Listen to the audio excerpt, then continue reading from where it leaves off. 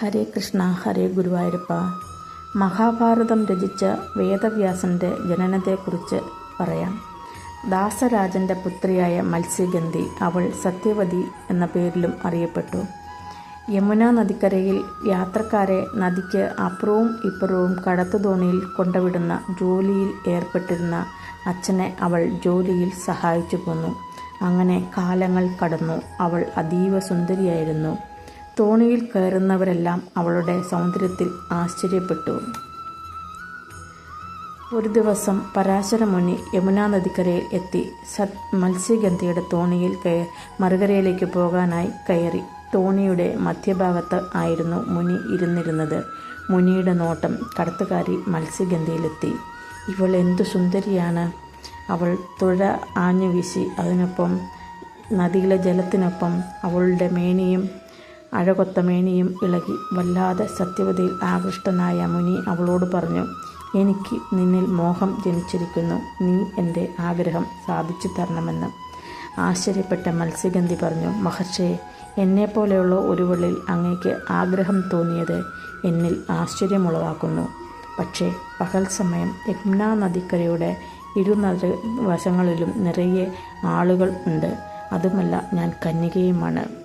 ഉടൻ മഹർഷി തൻ്റെ തപോബലം കൊണ്ട് തോണിയുടെ ചുറ്റിനും മഞ്ഞുപടലങ്ങൾ കൊണ്ട് മൂടി. ചുറ്റിനും നിൽക്കുന്ന ആർക്കും തോണിയോ അതിലുള്ളവരെ കാണാൻ പറ്റുന്നുണ്ടായിരുന്നില്ല. മത്സ്യഗന്ധി ഭയന്നുപോയി. മഹർഷി പറഞ്ഞു, നീ ഭയപ്പെടേണ്ട.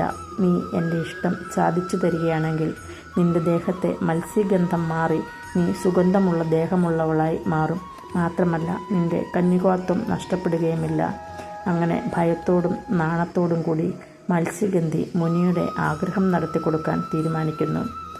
സുന്ദരിയായ മത്സ്യഗന്ധിയിൽ പരാശരമുനി തൻ്റെ അഭിലാഷം നിറവേറ്റി. ആലസ്യത്തിൽ ആയിരുന്ന മുനിയും മത്സ്യഗന്ധിയും ഒരു ദ്വീപിൽ ചെന്നിറങ്ങി. ആശ്ചര്യമായ ഒരു കാര്യം, ഉടനെ തന്നെ സത്യവതി ഒരു കുഞ്ഞിന് ജന്മം കൊടുക്കുകയും ആ കുഞ്ഞ് ഉടൻ തന്നെ വളർന്നു വലുതായി കൗമാരപ്രായത്തിലെത്തിയ ഒരു ബാലനായി തീർന്നു. നല്ല കറുപ്പ് നിറമായിരുന്നു ബാലകന്. അവൻ അമ്മയോട് പറഞ്ഞു, അമ്മേ, ഞാനിപ്പോൾ അമ്മയോടൊപ്പം വരുന്നില്ല. അമ്മയ്ക്ക് ഒരു വിഷമവും തോന്നേണ്ട. താപസപുത്രനായ ഞാൻ തപസ്സിനായി പോകുന്നു. അമ്മയ്ക്ക് എപ്പോൾ എന്നെ കാണണമെന്ന് തോന്നുന്നു ആ നിമിഷം ഞാൻ അമ്മയുടെ അടുത്തുണ്ടാവും. അമ്മേ, ഞാൻ പോകുന്നു. എന്നെ അനുഗ്രഹിച്ചാലും. അങ്ങനെ സത്യവതിയുടെ അനുഗ്രഹവും വാങ്ങി പരാശരപുത്രനായ ആ ബാലൻ വനാന്തരങ്ങളിലേക്ക് തപസ്സിനായി യാത്രയായി. കറുത്ത നിറമായതിനാലും ദ്വീപിൽ ജനിച്ചവനായതുകൊണ്ടും കൃഷ്ണദ്വൈപായനൻ എന്നും അദ്ദേഹം അറിയപ്പെട്ടു. മഹാഭാരതം എഴുതിയ വേദവ്യാസൻ. ഹരേ കൃഷ്ണ ഹരേ ഗുരുവായൂരപ്പ.